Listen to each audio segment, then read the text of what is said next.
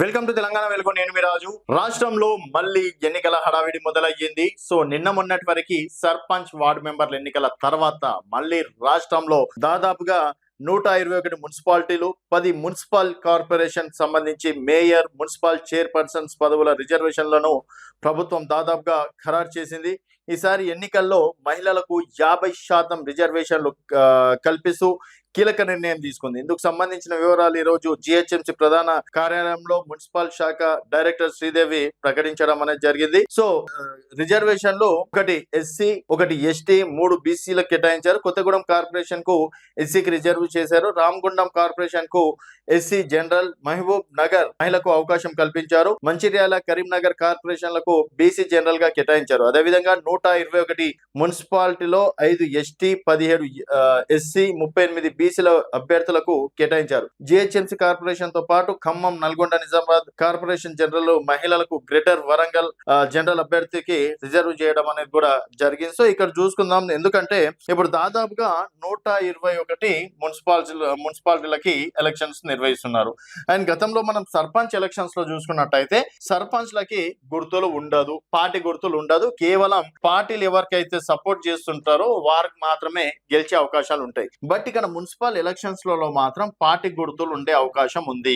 మరి ఇక్కడ ఇటు బీజేపీ, కాంగ్రెస్, బీఆర్ఎస్ 3 పార్టీలు మాత్రం ఈసారి టఫ్ ఉండే అవకాశం ఉంది. ఎందుకు భారతీయ జనతా పార్టీకి కూడా చేస్తున్నామంటే, భారతీయ జనతా పార్టీ సరే గ్రామాలలో మొన్న రీసెంట్ గా గతంతో పోల్చుకుంటే దాదాపుగా ఒక 1000 స్థానాలకి భారతీయ జనతా పార్టీ ఇంచుమించు గెలవడం అనేది జరిగింది. సో ఇక్కడ కాంగ్రెస్, బీఆర్ఎస్ మధ్యలో తగ్గఫర్ ఉన్నా కూడా కాంగ్రెస్ వచ్చేసి ఒక 60% అండ్ ఇక్కడ బీఆర్ఎస్ వచ్చేసి ఒక 35% గెలవడం అనేది జరిగింది. సో ఇక్కడ భారతీయ జనతా పార్టీకి కూడా దాదాపుగా 5% తన ఓట్ బ్యాంక్ ని తను కాపాడుకుంటూ రావడం అనేది జరిగింది. మరి ఇక్కడ పార్టీ గుర్తులు ఉంటాయి కాబట్టి పట్టణాల స్థాయిలో భారతీయ జనతా పార్టీ కూడా ఓట్ బ్యాంక్ గణనీయంగా ఓట్ బ్యాంక్ ఉంటుంది కాబట్టి ఈ 3 పార్టీల మీద తగ్గఫర్ ఉంటుంది.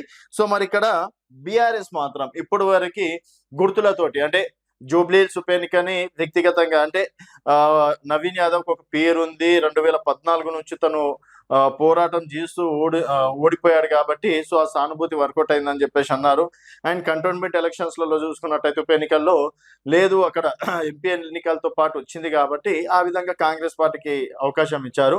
అండ్ ఇప్పుడు ఏ ఎన్నికలైనా గెలుపు మాది అని కేటీఆర్ గారు పదే పదే చెప్తుంటారు. మరి ఇప్పుడు బీఆర్ఎస్ పార్టీ కారు గుర్తు మీద పోటీ చేస్తుంది కాబట్టి ఎంతవరకు కారు గుర్తును ఆదరిస్తారు.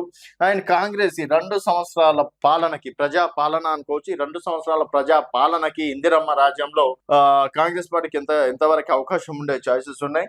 అండ్ భారతీయ జనతా పార్టీ గ్రామాలలో బోని కొట్టినట్టు ఈసారి ఇక్కడైనా సరే కొన్ని చోట్లైనా సరే దాదాపుగా ఒక 10 మున్సిపల్ కార్పొరేషన్లకు సంబంధించి మేయర్ పదవుల్లో ఒక్కటైనా సరే భారతీయ జనతా పార్టీ బోని కొడుతుందా లేదా అన్నది చూడాలి. గతంలో చూసుకున్నట్టయితే ఇంచుమించు 1-2 చోట్ల బోని కొట్టింది అనుకుంటా, మేబీ అంత ఎగ్జాక్ట్లీ తెలియదు. బట్ ఇప్పుడు మాత్రం కాంగ్రెస్, లాస్ట్ టైం బీఆర్ఎస్ ఎక్కువ స్థానాలు సాధించింది, కాంగ్రెస్ మాత్రం చాలా తక్కువ మేరకు స్థానాలు సాధించడం అనేది జరిగింది. మరి ఇక్కడ మాత్రం ఈసారి డెఫినెట్ గా కాంగ్రెస్ పార్టీకి మున్సిపల్ ఎక్కువగా వచ్చే అవకాశం ఉంది. అండ్ బీఆర్ఎస్ ఎంతవరకు కాంపిటీషన్ ఇస్తుంది, నిజంగా ప్రజల లోపల కాంగ్రెస్ పైన వ్యతిరేకత ఉందా? అండ్ ఇప్పటికీ రేవంత్ రెడ్డి గారు అన్ని జిల్లాలు చుట్టే కార్యక్రమాలు కూడా చేస్తున్నారు కాబట్టి మరి 21-22 తేదీ నాడు నోటిఫికేషన్ వచ్చే అవకాశం ఉందంటున్నారు. మరి మున్సిపల్ ఎన్నికల్లో గెలుపు ఎవరిదని భావిస్తున్నారు అనేది మీ అభిప్రాయాలు కింద కామెంట్ రూపంలో తెలియజేయండి. చూస్తూనే ఉండండి తెలంగాణ వెలుగు.